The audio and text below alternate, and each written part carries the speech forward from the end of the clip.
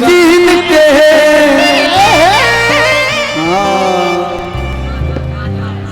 एगो हम गाना बोले बानी के दिन बाकी बोली शहर में।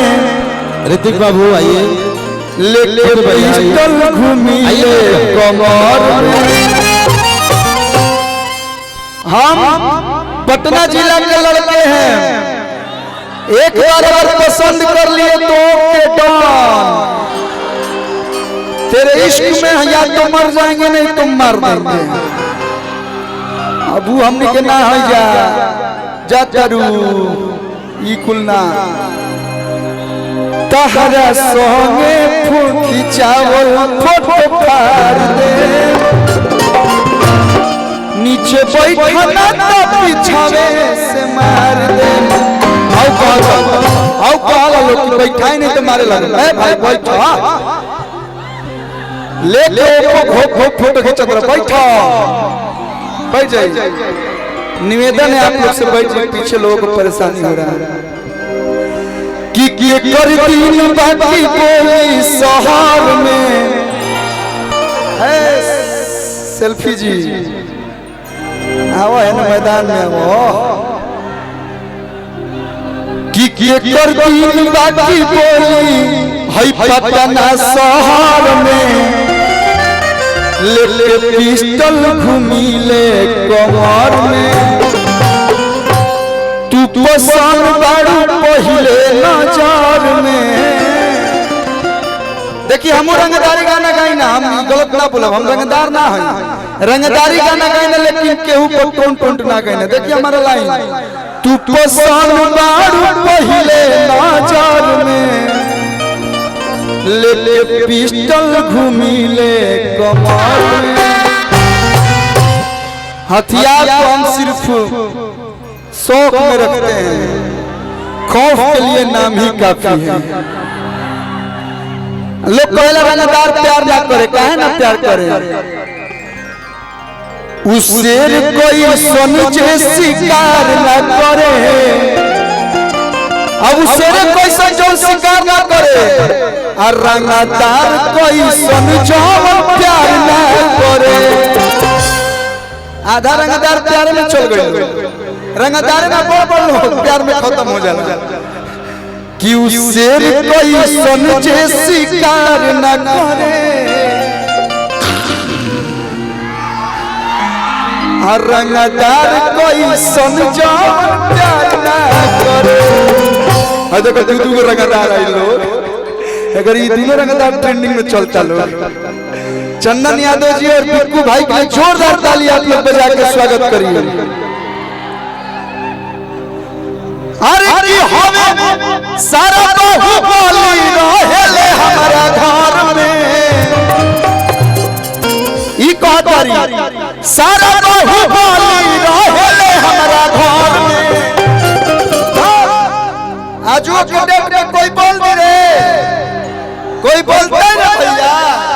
के कर दिन बाकी बोली शहर में। के कर दिन बाकी बोली शहर में। ले पिस्टल घूमी ले कमर में।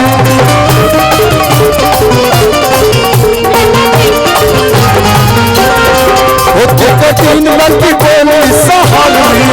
ले पिस्टल घूमी ले कमर में।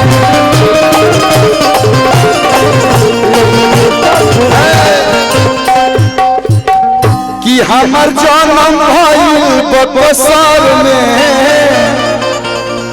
कि हमर जन्म भइल बक्सर में।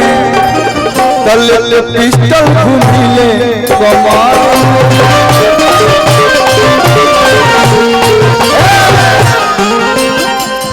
कि लेनी रंगदार घर जाना मामा।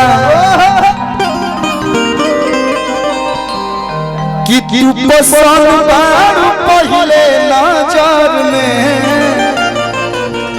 Bikku likes you. Thank you thank you thank you. कि तू पसंद बारू पहले नजर में। तो ले पिस्टल घूमी ले कमर।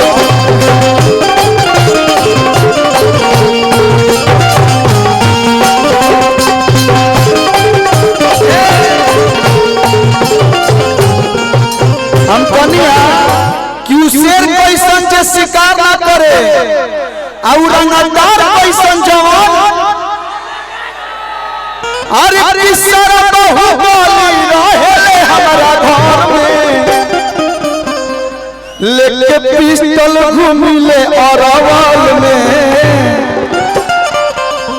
लेके पिस्टल घूमिले पालीगंज में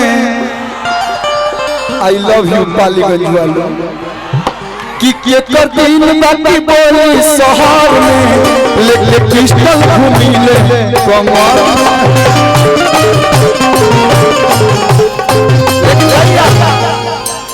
इनको देखते हैं तो एगो गाना नया नया हमारा ही बा गा दिखा भैया। अब देखिए ब्याह शादी तो हमारा हो गया है तो आप हमारी एक नाते से इस मंच के लिए आप हमारी गर्लफ्रेंड काहे कहते हैं साली बन जा ब्याह शादी के सीजन चलता। बहुत बहुत धन्यवाद बहुत सारा प्यार आशीर्वाद है मन से स्वागत अभिनंदन में भैया के एगो ग्लोबल म्यूजिक जंक्शन से गाना आइल बा कि आई ससुरारी जब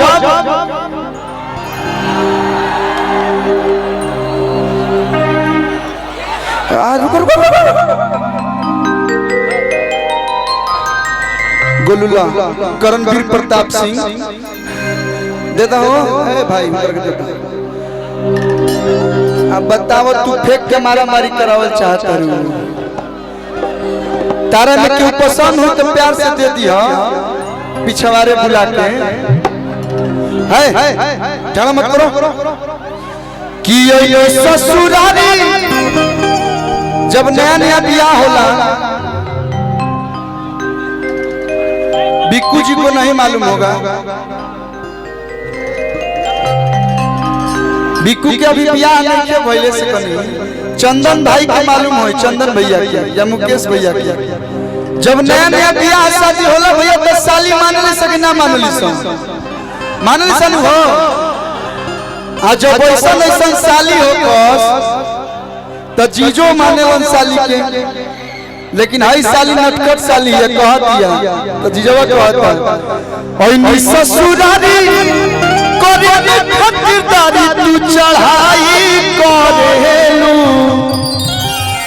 कोई लो पमाना तू खाए खतिरदारा हर की चढ़ाई करेलू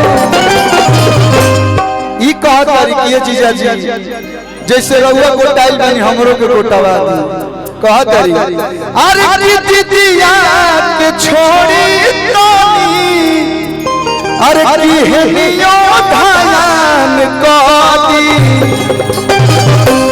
दीदिया के छोड़ी तोनी अरे हेनियो धान कदी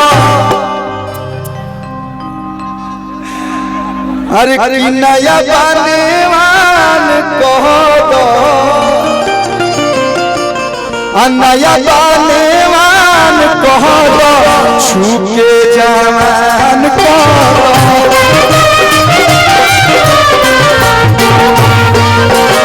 नया बनेवान कह दो छूके जवान कह दो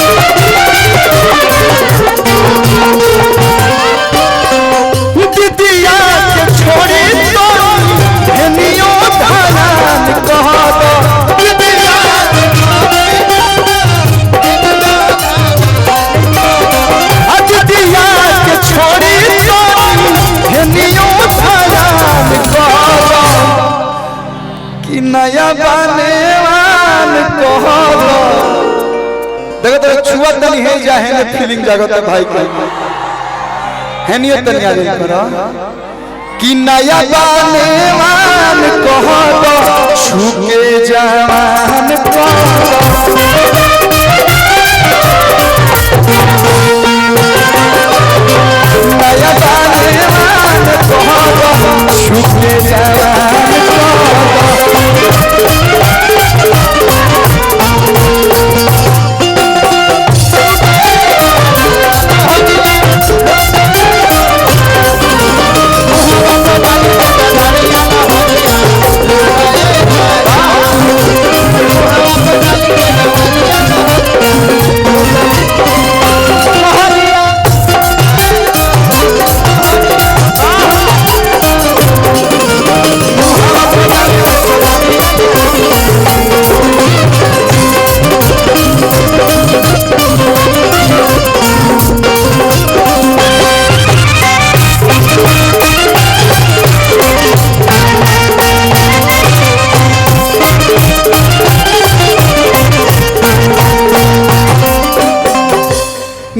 बनेवान कहो